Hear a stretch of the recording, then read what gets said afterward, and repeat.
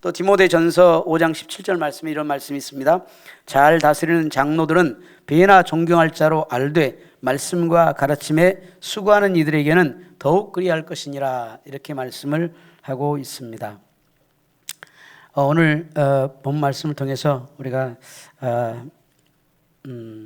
우리 살펴볼 부분은 배나 존경할 자라는 제목입니다. 배나 존경할 자라는 제목으로 말씀을 나누도록 하겠습니다. 존 비비어의 순종이라는 책의 내용들을 이제 요약해서 여러분들에게 말씀을 계속해서 나누어 드리고 있습니다.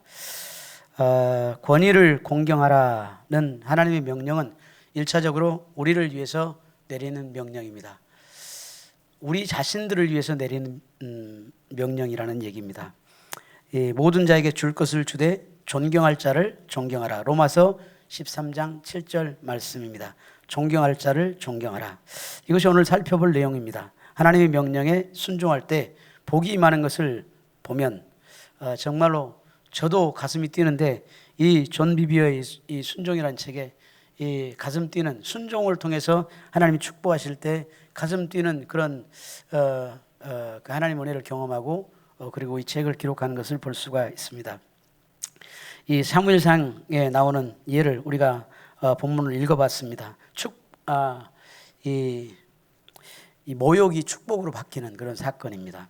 사사들이 이스라엘을 다스리던 시기에 아기를 낳지 못하는 한나라는 여자가 있었습니다. 남편 엘가나는 분인나라는 둘째 아내를 취했습니다. 분인나는 한나를, 아이를 못 낳는 한나를 조롱했습니다. 한나는 그것이 괴로웠습니다. 그리고 엘가나가 둘째 아내를 취한 것도 아마 한나에게 자식이 없어서였을 것입니다. 남편은 한나를 사랑했지만 집안에 자식을 낳아준 것은 분인나였습니다. 해마다 이 가정은 실로에서 하나님을 예배했는데 거기서 분인나가 유난히 한나의 속을 빡빡 긁어 끝내 그녀를 울게 만들었고, 남편이 애써 위로했지만 한나는 여전히 마음이 아팠습니다. 그녀는 하나님 앞에서 소원 기도를 드립니다. 아들을 주시면 내가 그의 평생에 그를 여호와께로 드리겠나이다. 이스라엘의 대제사장이자 사사인 엘리가 한나의 기도하는 모습을 보는데 이 한나가 술 취한 것 같았습니다. 그래서 말합니다. 네가 언제까지 이렇게 취하여 있겠느냐, 포도주를 끊어라, 이렇게 말합니다. 얼마나 심각한 모욕입니까? 한나의 고뇌를 만취한 자의 주정 정도로 여길 정도로 엘리는 한나의 아픔에 관심도 없었고 영적인 감각도 없었던 것입니다. 하나님 앞에 위로를 받으러 온 그 한나에게 엘리는 그야말로 망발을 흘려버린 것입니다. 한나는 해마다 여호와께 드릴 자식이 없이 실로에 왔다. 해마다 사람들의 시선과 쑥덕거림과 조소를 겪어야 했습니다. 그런데 가장 고통스러운 순간은 이 담임 목사 같은 그분이 여러분들의 속을 모르고 그렇게 몰아세워버리면 여러분들 어떻게 반응하시겠습니까? 이 사람 목사 맞아? 담임 목사가 성도가 금식하며 기도하는데 그것도 모르는가? 이런 교회에 이제 더 이상 출석할 이유가 없다. 이렇게 생각할 것입니다. 고통스러워하는 성도도 알아보지 못하면서 도대체 하나님의 사람이라고 말할 수 있는가? 깊이 기도하는 사람이 안 보여요? 무슨 교회가 이래요? 이제 됐습니다. 내 처지를 잘 살펴주고 하나님의 일에 민감한 목사가 있는 교회를 찾아가겠습니다. 이렇게 할 것입니다. 사실 이것이 오늘날 교회에서 흔히 보이는 반응입니다. 차마 목사의 면전에서는 그렇게 말하지 못하더라도 그런 식으로 뒤에서 다른 교인들에게 말할 수도 있습니다. 여러분도 그럴 수 있습니다.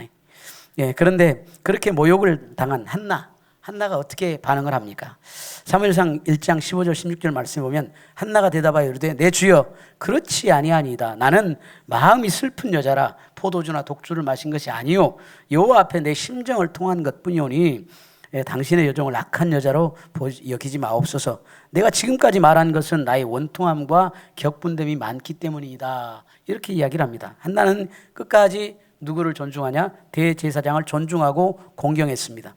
엘리가 그런 반응을 받을 만한 행동이나 판단은 하지 못했지만 상관없이 상관없이 한나는 권위 있는 그런 엘리의 직분을 깍듯이 존중한 것입니다. 사실 엘리의 행동은 정죄를 받아야 마땅했습니다. 그러나 한나는 그 엘리의 행동보다는 자기의 행동에 집중했습니다. 한나는 진정한 여호와를 경외하는 여자였습니다. 지도자에게 잘못이 있다면 그 문제는 하나님이 다루실 것이다. 이런 참된 복종과 겸손이 우리에게도 필요한 줄 믿습니다.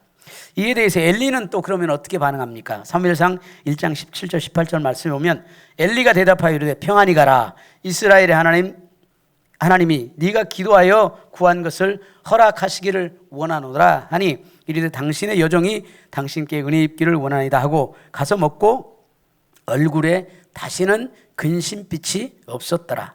한나는 변함없이 여전한 마음으로 복종합니다. 한나는 엘리를 하나님의 사람으로 공경했고 그가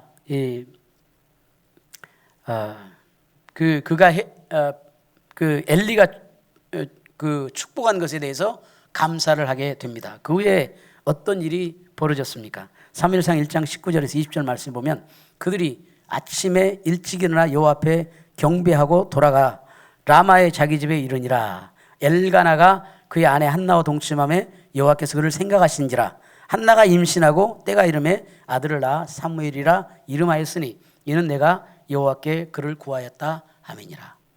엘리는 비록 둔감하고 세속적인 제사장이었지만 하나님은 그를 사용하여서 약속의 말씀을 주셨습니다. 그 일이 있은 직후에 하나님은 서슬퍼런 선포를 하십니다. 엘리의 집의 죄악은 제물로나 예물로나 영원히 속죄함을 받지 못하리라. 사무엘상 3장 14절 말씀이에요. 그리고 다른 저주도 또 엘리에게 내립니다. 사무엘상 2장 31절 33절 보면 이제 나 여호와가 말하노라 결단코 그렇게 하지 아니하리라. 나를 존중히 여기는 자를 내가 존중히 여기고 나를 멸시하는 자를 내가 경멸하리라. 보라 내가 네 팔과 네 조상의 집 팔을 끊어 내 집에 노인이 하나도 없게 하는 날이 이를지라. 이스라엘에게 복을 내리는 중에 너는 내 처세의 환난을 볼 것이요 네 집에 영원토록 노인이 없을 것이며 내 재단에서 네가 끊어버리지 아니할 네 사람이 네 눈을 세전하게 하고 네 마음을 슬프게 할 것이요 네 집에서 출산되지 되는 모든 자가 젊어서 죽으리라. 이 정도로 엘리는 경건한 영적 리더와는 그런 거리가 멀어도 한참 멀리 떨어져 있는 그런 제사장이었습니다. 중요한 것은 한나가 오랜 세월 동안 바라고 기도하던 소원이 언제 이루어졌는가? 바로 자신을 모독하는 그런 둔감한 선지자를 공경한 그런 순간이었습니다. 그러니까 이 엘리가 한나가 기도하고 있는데 기도하는 것을 술 취했다고 하면서 와가지고 망발을 하고 이런 이 순간에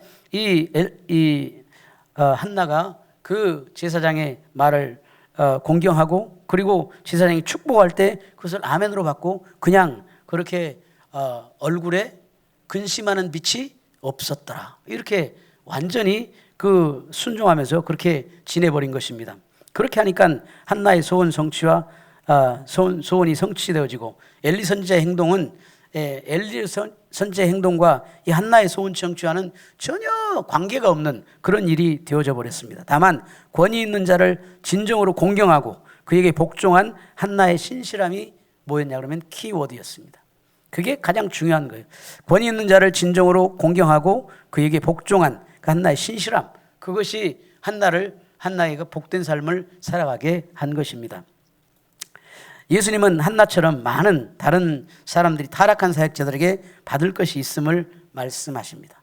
타락한 사역자들에게서도 받을 것이 있다라는 것을 예수님이 이야기하는 것입니다. 마태복음 7장 22절 23절에 보면 나더러 주여 주여 하는 자마다 다 천국에 들어갈 것이 아니요 다만 하늘에 계신 아버지의 뜻대로 행하는 자라야 들어가리라. 그날에 많은 사람들이 나더러 이르되 주여 주여 우리가 주의 이름으로 선지자 노릇을 하며 주의 이름으로 귀신을 쫓아내며 주의 이름으로 많은 권능을 행하지 아니하였나이까리니 그때 내가 그들에게 밝히 말하되 내가 너희를 종무지에 알지 못하니 불법을 행하는 자들아 내게서 떠나가라. 이 책은 지금 존 비비의 순종이라는 이 책이 있잖아요. 이 책은 타락한 사역자들을 위해서 쓴 것이 아니라 권위 아래에 있는 사람들을 위해서 쓴 것입니다.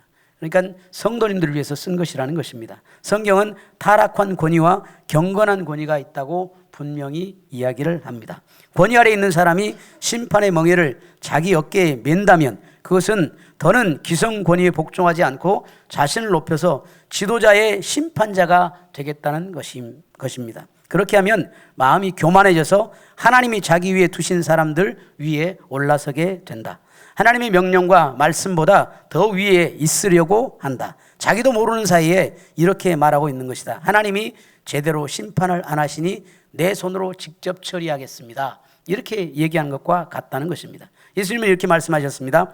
요한복음 13장 20절에 내가 진실로 진실로 너희에게 이르노니 내가 보낸 자를 영접하는 자는 나를 영접하는 것이요 나를 영접하는 자는 나를 보내신 이를 영접하는 것이니라.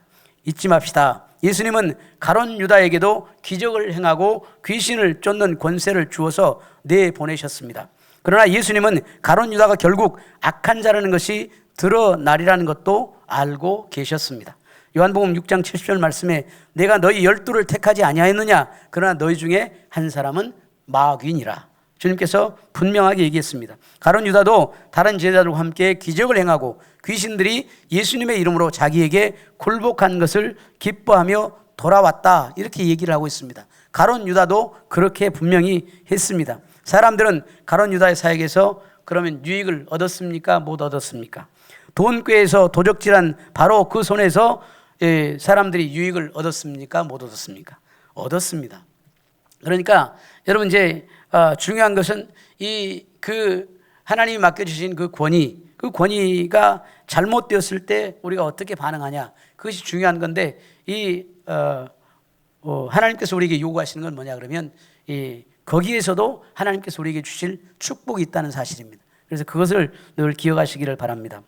그러면 늘 맨날 그런 못된 그 목회자 밑에 우리가 그냥 앉아서 그냥 그렇게 고통을 당하고 있어야 됩니까? 이런 얘기를 할 수가 있습니다. 중요한 사실이 하나 있습니다.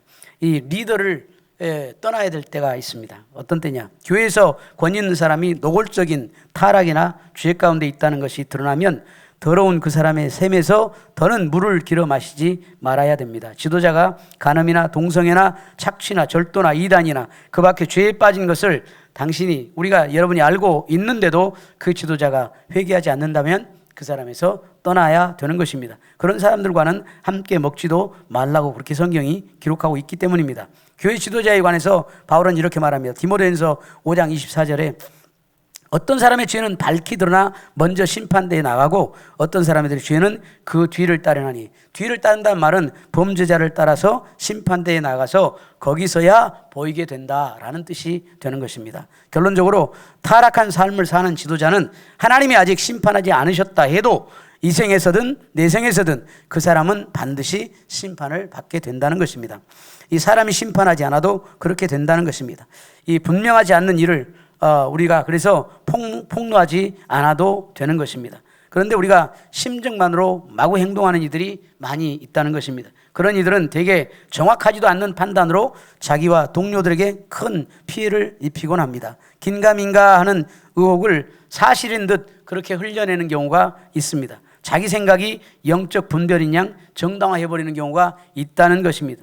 이 하나님이 때를 따라 매사를 심판하십니다. 하나님 회개하지 않는 지도자의 과오를 드러내셔야 하거나 때가 되었다고 생각하시면 사람도 분명 그것을 알게 될 것이고 그때가 그에게서 떠날 때인 것입니다. 바울은 이 범죄한 자, 계속 그렇게 범죄하면서 살아가는 자를 이야기합니다. 그런 지도자들은 모든 사람 앞에서 꾸짖어서 나머지 사람들로 두려워하게 하라 이렇게 못을 받고 있습니다. 그들이 죄에 동참하지 말라고 경고한 것입니다. 그들이 진정으로 회개하지 않으면 권위에서 떠나가야 되는 것입니다. 예수님은 이렇게 말씀하십니다. 마태복음 10장 40절에서 42절 말씀에 너희를 영접하는 자는 나를 영접하는 것이요 나를 영접하는 자는 나를 보내시는 이를 영접하는 것이니라. 선지자 이름으로 선지자를 영접하는 자는 선지자의 상을 받을 것이요 의인의 이름으로 의인을 영접하는 자는 의인의 상을 받을 것이요 또 누구든지 제자의 이름으로 이 작은 자 중 하나에게 냉수 한 그릇이라도 주는 자는 내가 진실로 너희에게 이르노니 그 사람이 결탄코 상을 잃지 아니하리라 하시니라. 여러분 이 영적 질서의 순서를 영적 권위의 이 순서를 이야기합니다. 하나님 아버지가 계시고 그리고 예수님이 계시고 그 다음에 선지자를 이야기하고 그 다음에 의인을 이야기하고 그 다음에 제자를 이야기를 합니다. 하나님으로부터 흘러내려가는 것입니다. 영적 권위를 우리가 인정하고 그것을 받아들이는 것입니다. 그것을 받아들일 때 어떤 보상이 있을까요? 이 종들을 궁극적으로 하나님이 보내신 이로 영접하면 그에 상응하는 하나님께서 상을 허락하시는 것입니다. 마가복음 6장 4절에서 5절 말씀에 선지자가 자기 고향과 자기 친척과 자기 집 위에서는 존경을 받지 못함이 없느니라. 거기서는 아무 권능도 행하실 수 없어 다만 소수의 병자에게 안수하여 고치실 뿐이었다. 이렇게 얘기를 하고 있습니다. 선지자가 고향에서 복음을 전하니까 받지를 않는 것입니다. 그래서 아무 권능도 행하실 수 없었다. 권능을 행하지 않는 것이 아니라 행하실 수 없었다라는 것입니다. 무슨 얘기냐 그러면 방해가 있었다는 것입니다. 행하지 않으셨다가 아니라 행하실 수 없었다는 거예요. 제지를 당하셨다는 것입니다. 왜 그랬을까? 답은 두 가지입니다. 하나는 자기들이 원하던 방식으로 예수님께서 오지 않으신 것입니다. 내가 원하는 방식으로 주님이 오셔야 되는데 내가 원하는 방식으로 오지 않았어요. 그러니까 예수님을 영접하지 않는 거예요. 둘째는 사람들이 그분을 너무 잘 알고 있었기 때문이에요. 예수님을 너무 잘 알고 있어요. 어렸을 적 12살 때 회당에서 예수님께서 가르치신 적이 있습니다.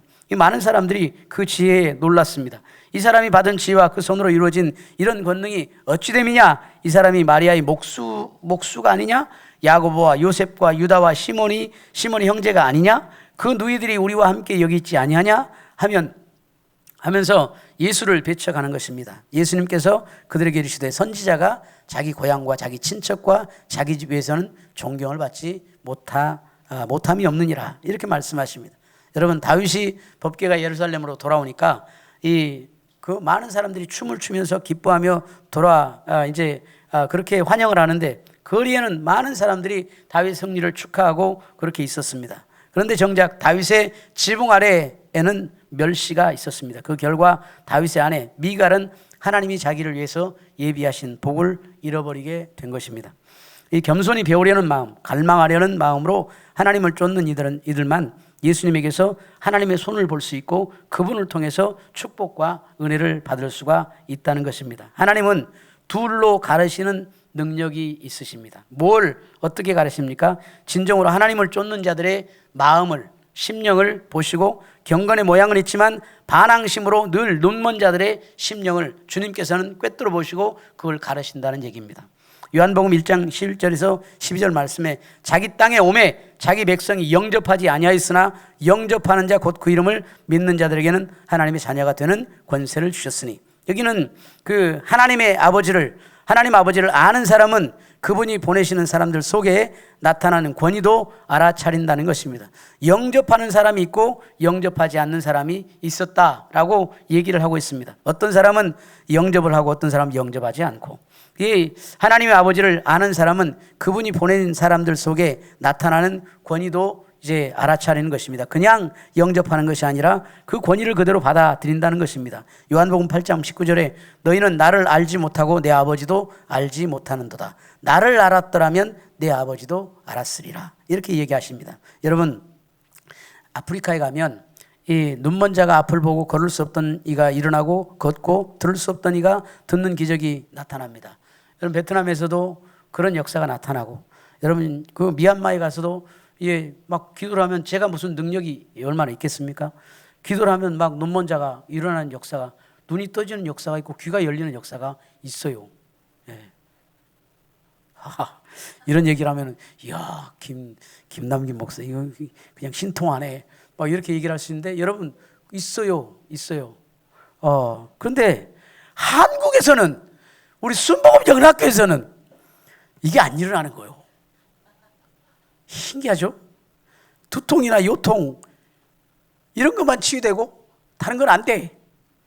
왜 그럴까? 이런 제3세계나 아프리카 이런 데서는 외모나 포장에 상관없이 모든 사역자를 하나님이 보내신 사람으로 영접하는 겁니다. 이 사람 하나님이 보내신 사람이다. 그래서 그 말씀이 선포될 때 아멘으로 받고 그냥 그렇게 될 줄 믿어버리는 거예요. 그러니까 하나님의 역사가 일어나요. 그런데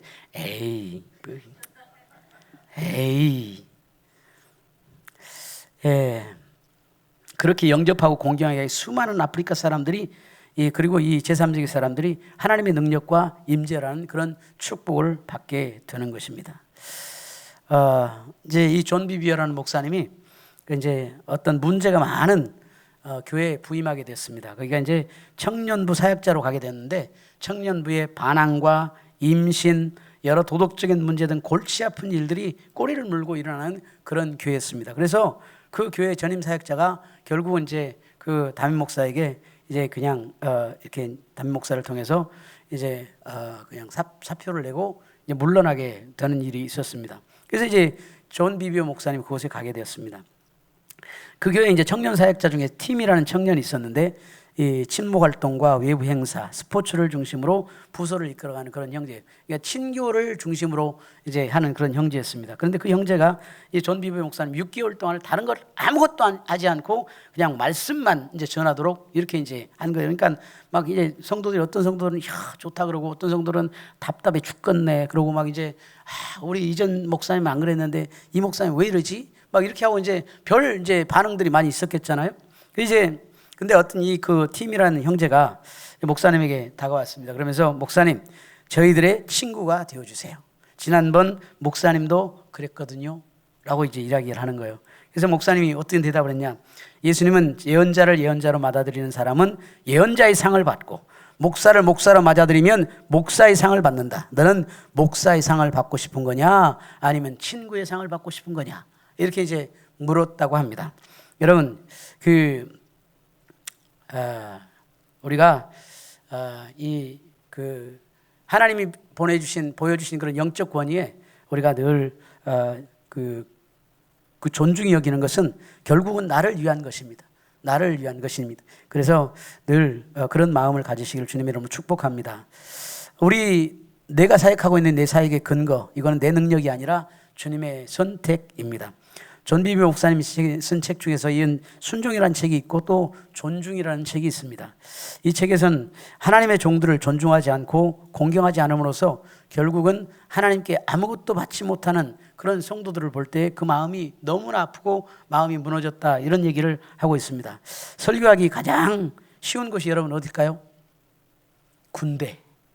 군대는 그 위기 질서가 있기 때문에 딱 각을 잡고 뭔 말하면 그냥 아멘 하고 딱 받는 것입니다. 다음은 죄수들, 다음은 개발도상국 사람들, 그리고 다음은 순복음 영락교회가 아니기를 바랍니다. 이 절박하기 때문에 그 말씀을 그렇게 절박하게 받는 것입니다. 에스겔서 3장 5절에 7절 말씀에 이런 말씀이 있습니다. 너를 언어가 다르거나 말이 어려운 백성에게 보내는 것이 아니요 이스라엘 족속에게 보내는 것이라. 이방에게 보낸 것이 아니라 이스라엘 사람들에게 에스겔을 보낸다는 이야기입니다. 너를 언어가 다르거나 말이 어려워 네가 그들의 말을 알아듣지 못할 나라들에게 보내는 것이 아니니라. 내가 너를 그들에게 보냈다면 그들은 정녕 네 말을 들었을 거라. 그러니까 다른 이방 나라에 너를 보내가지고 거기서 그냥 네가 복음을 전하면, 하나님 말씀을 전하면 그 사람들이 들었을 거라는 말이에요. 그런데 네 말을 전하면 네 말을 알아듣는 그 사람들이 말을 받지 않는다는 거예요. 그러나 이스라엘 족속은 이마가 굳고 마음이 굳어 네 말을 듣고자 아니하리니 이는 내 말을 듣고자 아니함이라. 네 말 안 듣는 거에 내 말을 안 듣는 것이다. 하나님께서 그렇게 이야기를 하는 겁니다. 이스라엘에게 에스겔은 또 다른 선지자에게 불과했습니다. 게다가 다른 선지자들은 백성에게 듣기 좋은 말만 했지만 에스겔은 그냥 하나님의 심판을 얘기하고 엄한 얘기를 막 하는 거예요. 그러니까 이스라엘은 에스겔이 얘기한 얘기를 절대로 듣지 않고 귀를 막아버리고 영접하지 않았다는 것입니다. 이 존 비비오 목사님이 얘기합니다. 조금씩 하나님은 나에게 보내주셨습니다. 보여주셨습니다. 그들이 너를 공경하게 그냥 두어라. 너를 위해서가 아니라 그들을 위해서다. 성도가 목회자를 존경할 때 받는 축복이 분명히 있다는 사실입니다. 내 사역의 근거는 내 능력이 아니라 주님의 선택이기 때문입니다. 할렐루야. 배나 존경할 자에 대해서 말씀을 드리겠습니다. 디모데전서 5장 17절 말씀에 바울은 잘 다스리는 장로들을 배나 존경할 자로 알되 말씀과 가르치는 일에 수고하는 이들에게는 더욱 그리할 것이니라 이렇게 기록하고 있습니다. 여기에서 공경에는 사역자들을 재정적으로 공경하는 방식도 들어있습니다. 이 본문에 이어서 그러니까 18절에 뭐라 하냐면 일꾼이 그 삭을 받는 것이 마땅하다 이렇게 얘기를 하고 있어요. 근데 NLT 성경에서는 어떻게 이걸 번역하냐? 자기 일을 잘하는 장로들은 존경을 받고 두둑한 품삯을 받아 마땅하다. 이렇게 이야기를 하고 있습니다. 예. 이것은 변하지 않는 원리입니다. 교인들이, 성도들이 자기들을 섬기는 목사, 죄종들과 지도자들을 잘 챙기면 사업하는 이들이며 다른 교인들이 번창하는 복을 받는다. 믿으십니까? 대답을 안 하시네. 믿으십니까? 예, 그들은 하늘의 경제를 누린다. 그러나 인색한 교인들 사이에는 절도와 궁핍, 현세의 열악한 경제 환경에 대한 불평이 들끓는 것을 자주 보았다. 누구 경험이냐 하면 존 비비어 목사님의 경험인 거예요. 예. 물론 진리를 남용하는 바리새인 같은 주의 종들을 보고 공경의 원리를 저버린 사람들이 많이 있는 것도 사실이다. 내가 저런 사람을 내가 왜 공경을 해? 이렇게 하는 사람들이 많이 있다는 거예요. 근데 그것 때문에 그 원리를 포기해버리는 그런 일들은 없어야 된다는 것입니다. 공경의 원리가 하나님이 바라시는 삶의 길이었는데도 이제 그 사람을 보고 그걸 공경하는 원리를 잊어버린다는 것입니다.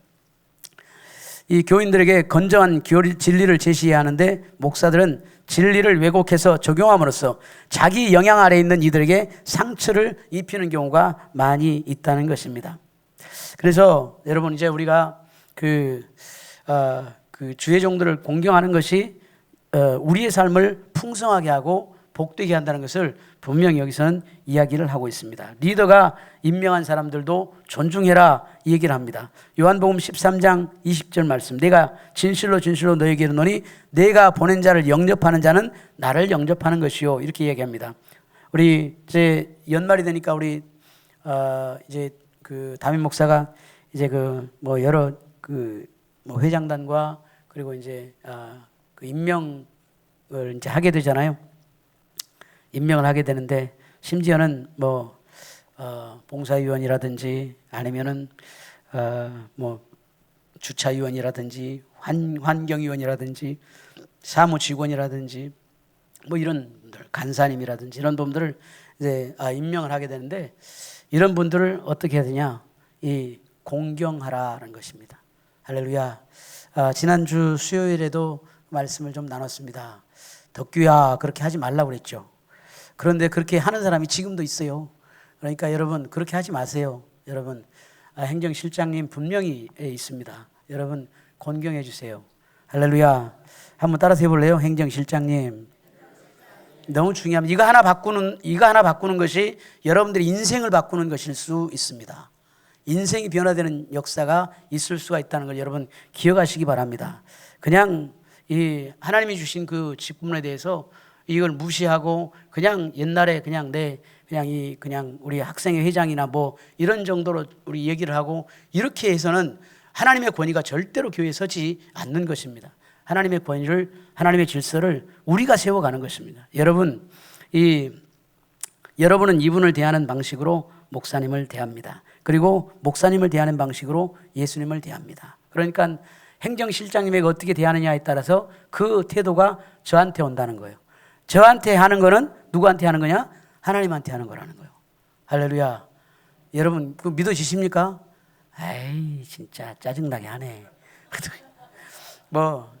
여러분 제대로 여러분 깨달으셔야 돼요. 여러분 그래야 우리 인생이 이날 변화되는 일들이 큰 일들이 아니거든. 막 노력을 엄청 하고 이러라는 얘기가 아니에요. 말씀에 순종하라. 적은 일에도 순종하면 하나님이 역사하신다는 걸 이야기를 하는 거예요. 성경이 그 원리를 이야기하고 있어요. 그러니까 여러분 그렇게 하시기 바랍니다. 그래서 여러분 하나님께서 우리에게 주어진 권위, 우리 간사님이라든지 또 우리 선생님이라든지 이런 위치가 있잖아요. 우리 집사님 그리고 우리 권사님들 그리고 안수 집사님들, 장로님들 위치가 있어요. 여러분 그 권위대로 우리 순종하는 겁니다. 할렐루야. 뭐 나이 이런 거 따지지 마세요.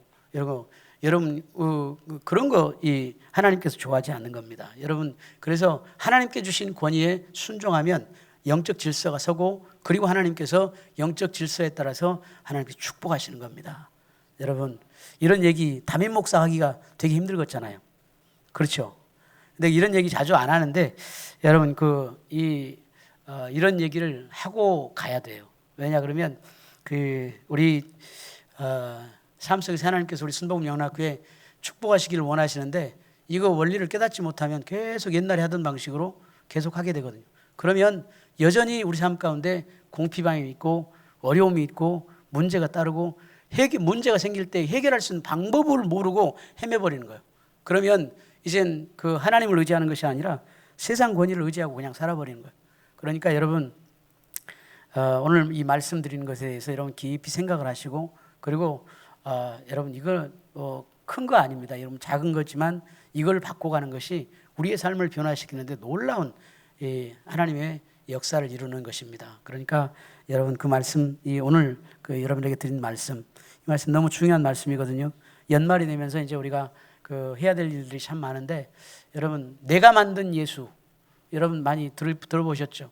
내가 만든 하나님 그 하나님을 믿는 경우가 우리 너무 많은 거예요. 내 생각대로 내 방식대로 그렇게 예수를 믿어버리는 경우가 너무 많은 거예요. 하나님의 방식이 있습니다. 하나님이 원하시는 것이 있습니다. 그것을 찾아서 그 말씀에 순종하며 나가는 것이 너무너무 중요한 것인데 우리가 그렇지 하지 않고 그냥 내 방식대로 내 생각대로 해버리고 그리고 이제 그냥 내가 주인이 돼가지고 그렇게 살아가는 경우가 너무 많은 것입니다. 그래서 여러분 우리가 하나님의 축복을 받기를 원하시죠? 그러면 말씀대로 말씀의 원리대로 살아가는 겁니다. 그러니까 하나님 주신 그 권위 내가 잘나가지고 이렇게 하겠어요? 그것이 아니라 여러분들을 위해서 하는 얘기입니다. 그래서 여러분 하나님 말씀에 순종하시고 그러면 하나님께서 여러분들에게 놀라운 축복과 은혜를 허락하실 줄 믿습니다. 너무 감사드리는 것이 주일날 이제 오후 예배 때 성도님들이 아침 예배 때부터 더 많이 나오시네. 너무 감사드려요. 네, 여러분 예배를 드리면서 말씀을 들으면 그 말씀을 하나라도 내가 좀 실천해 봐야 되겠다. 이런 마음이 우리가 있어야 돼요. 말씀을 듣고 흘려버리고 오른쪽으로 들어가면 왼쪽으로 빠지고 왼쪽으로 들어가면 오른쪽으로 빠지고 이렇게 하지 마시고 말씀을 들으면 하나라도 한번 실천해 보자. 그런 마음을 가지고 한번 살아보시기를 바랍니다. 할렐루야. 그럴 때 하나님의 역사가 우리 순복음영락교회 가운데 일어날 줄 믿습니다. 할렐루야. 자, 우리 같이 한번 기도하겠습니다. 우리가 하나님의 말씀에 순종하지 못한 것이 혹시 있었습니까? 이걸 우리가 그냥 넘어갈 것이 아니라 하나님 회개합니다. 하나님 이제는 하나님 말씀대로 살아가기를 원합니다. 하나님 우리에게 은혜를 허락하여 주옵소서. 우리 같이 한번 기도하겠습니다. 할렐루야 할렐루야 할렐루야 할렐루야. 좋으신 아버지 하나님 주님 은혜와 사랑을 진심으로 고맙고 감사합니다. 오늘도 주님께서 우리에게 은혜를 허락하여 주시고 또 아버지 하나님 주님이 주신 말씀에 따라서 아버지 하나님 우리가 순종하는 마음으로 아버지 하나님 우리 주님께 기도합니다. 그동안에 아버지 하나님 우리가 말씀을 듣는